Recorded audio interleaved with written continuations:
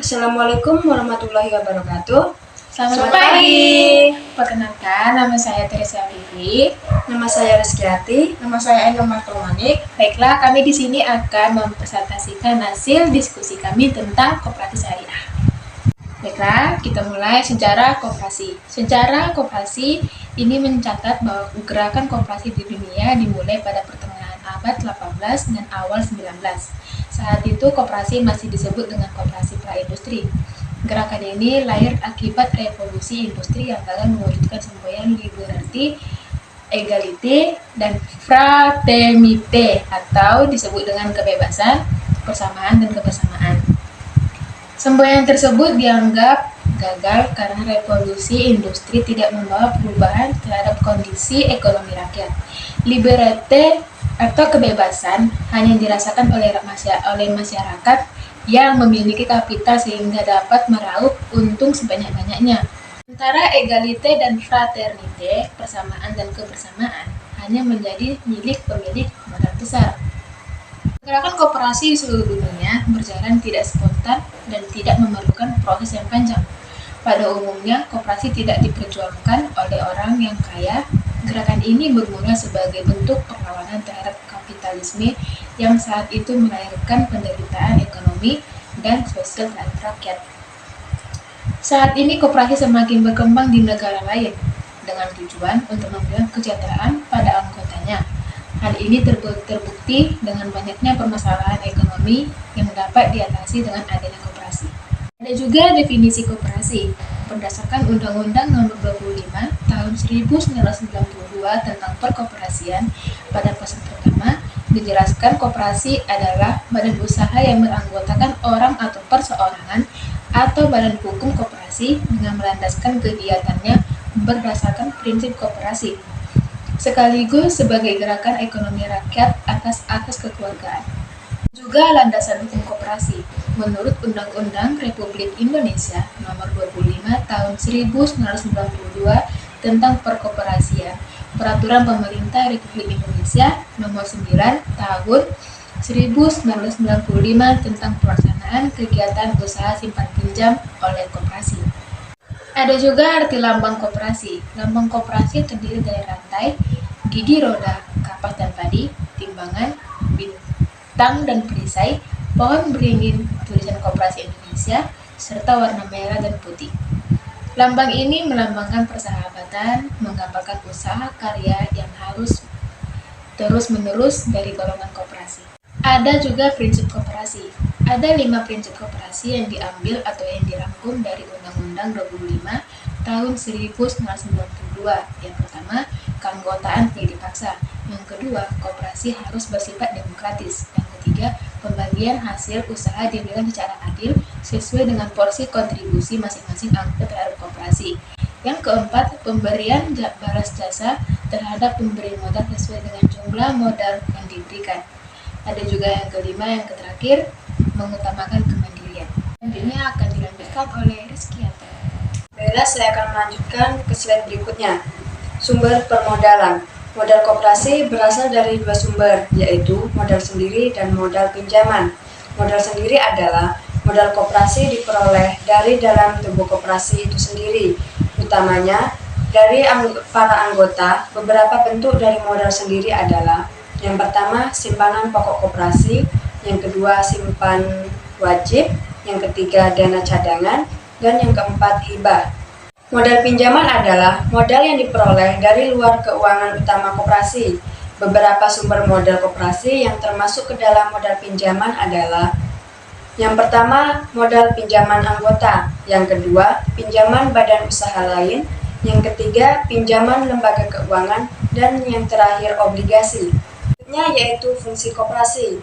Yang pertama, membangun dan mengembangkan; yang kedua, meningkatkan sumber daya manusia; yang ketiga, memperkuat ketahanan ekonomi kerakyatan; yang keempat, mewujudkan dan mengembangkan perekonomian nasional. Adapun jenis koperasi, pada pasal 15 ada 2 jenis koperasi, yaitu yang pertama, koperasi primer. Koperasi primer adalah koperasi yang didirikan oleh seseorang serta beranggotakan lebih dari 20 orang. Yang kedua, koperasi sekunder. Koperasi sekunder adalah koperasi yang didirikan oleh koperasi yang beranggotakan koperasi juga. Jenis koperasi berdasarkan jenis usaha. Berdasarkan jenis usaha yang dijalankan koperasi terbagi menjadi 4, yaitu yang pertama, koperasi produsen adalah koperasi yang menyediakan sarana kepada produsen untuk melakukan produksi. Yang kedua, koperasi konsumen. Koperasi yang menyediakan kegiatan usaha berupa barang untuk kebutuhan anggota dan non-anggota.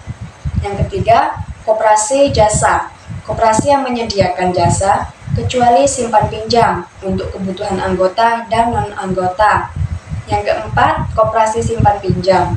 Koperasi yang melayani anggota dan non-anggota dengan melakukan jasa simpan pinjam sebagai satu-satunya kegiatan usaha lembaga. Kelas selanjutnya akan dilanjutkan oleh Endang Maritomani. Baiklah, saya akan melanjutkan ke slide berikutnya.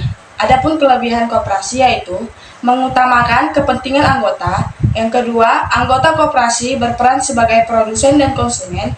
Yang ketiga, dasar sukarela dan terbuka.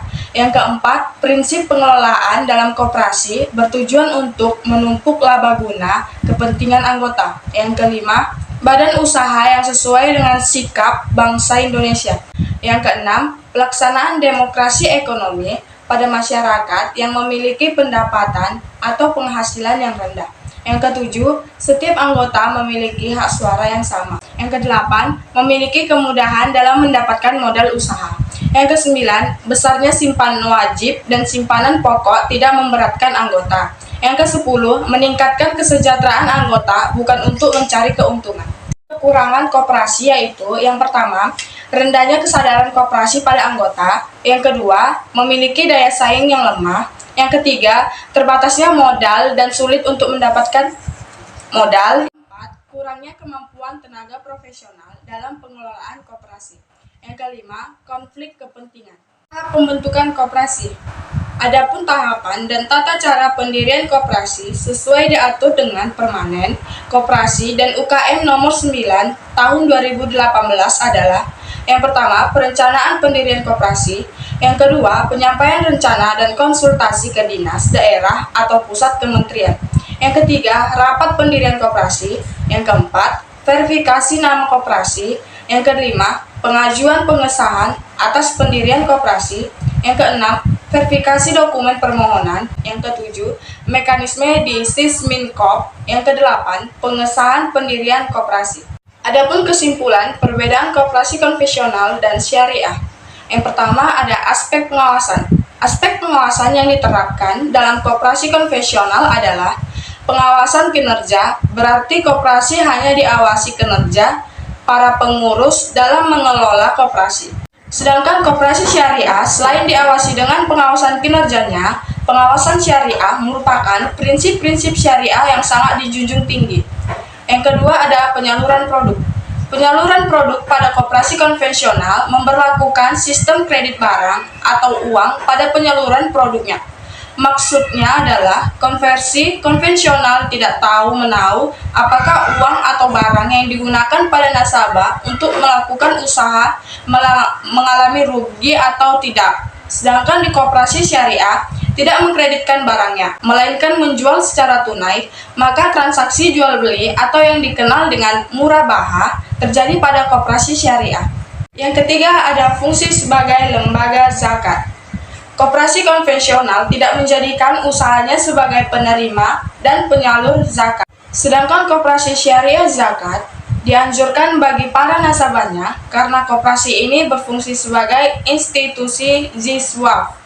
Yang keempat, ada sistem bunga. Sistem bunga pada koperasi konvensional biasanya memberikan bunga kepada para nasabahnya sebagai keuntungan koperasi. Sedangkan pada koperasi syariah, bagi hasil adalah cara yang diambil untuk melayani para nasabahnya. Presentasi dari kami, lebih dan kurang kami mohon maaf. Assalamualaikum warahmatullahi wabarakatuh. Ya, selamat pagi semuanya.